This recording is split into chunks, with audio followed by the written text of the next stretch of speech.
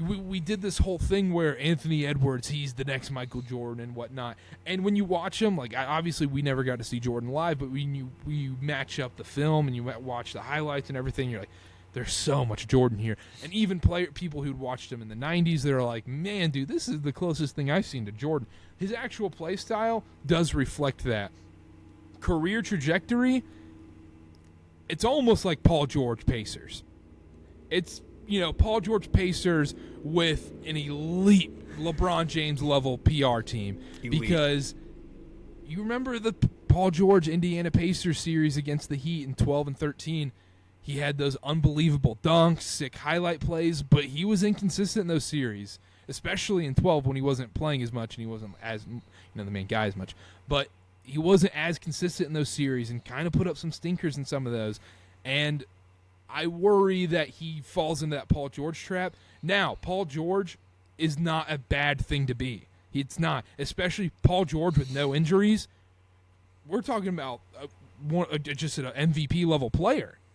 I mean, Paul George, no injuries. He's an insane player, but it's the team part of it too with Anthony Edwards and the Timberwolves, where it's kind of similar to those Pacers teams where you're like, okay, we're tied up into Roy Hibbert and these other guys.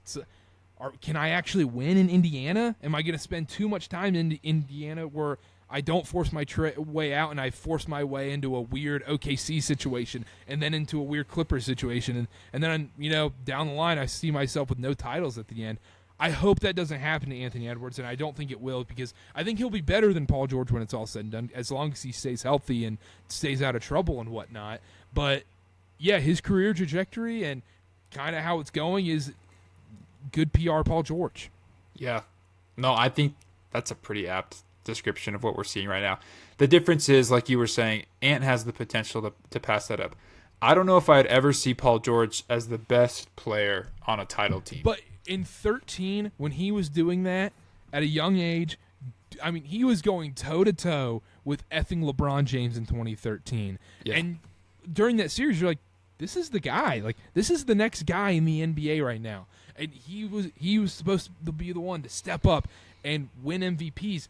And that's where I think the Paul George comparison is accurate, too, with Anthony Edwards is, so far in his career, yes, he's ridiculously young, so this should be taken with a grain of salt. He's not an MVP candidate.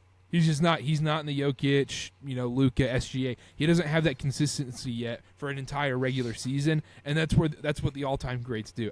Every all-time great has won an MVP. You have to. And can Anthony Edwards do it? Probably, but Paul George couldn't. And at the moment, he's in that Paul George realm. Right. Like I was saying, I don't think Paul George could ever be the best guy on a title team. I never saw that. I do think even in 13, I mean, it was unbelievable that season where you're like, this. I mean, he was one game away from taking down that freaking Heat team in 13. Yeah, but were they ever going to win the finals, Karter? That Pacers team. Because the Spurs won it in 14. I don't know. I mean, probably not.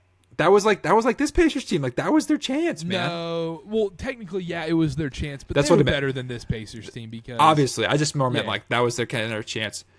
Ant Edwards, I can see become like right now, no, but I can see him becoming the best guy on a title team. Oh, I think right now, I think he will be the best player on a title team. I don't think it's if. I think he will be. Yeah.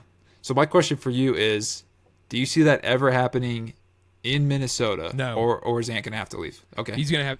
I think Anthony Edwards is going to have to leave Minnesota just because too many of their assets are tied up into Cat and Rudy Gobert, and I just don't think those are the people they can win with. Unless they get a ridiculous trade haul somehow for one of those guys, which they won't, and they somehow get lucky with free agent signings and good trades where they pair up Ant with good players, or unless he takes this unreal step that we've never seen in an NBA player. Otherwise, no, he's not going to be able to win in Minnesota, and he's going to have to Garnett his way out of there. Yeah, my heart goes out because that sucks. Like, it happens to every small market team, man. You draft a generational guy, and then he dips. Yeah, and it sucks for the fans because going back, you don't give up that much for Rudy Gobert.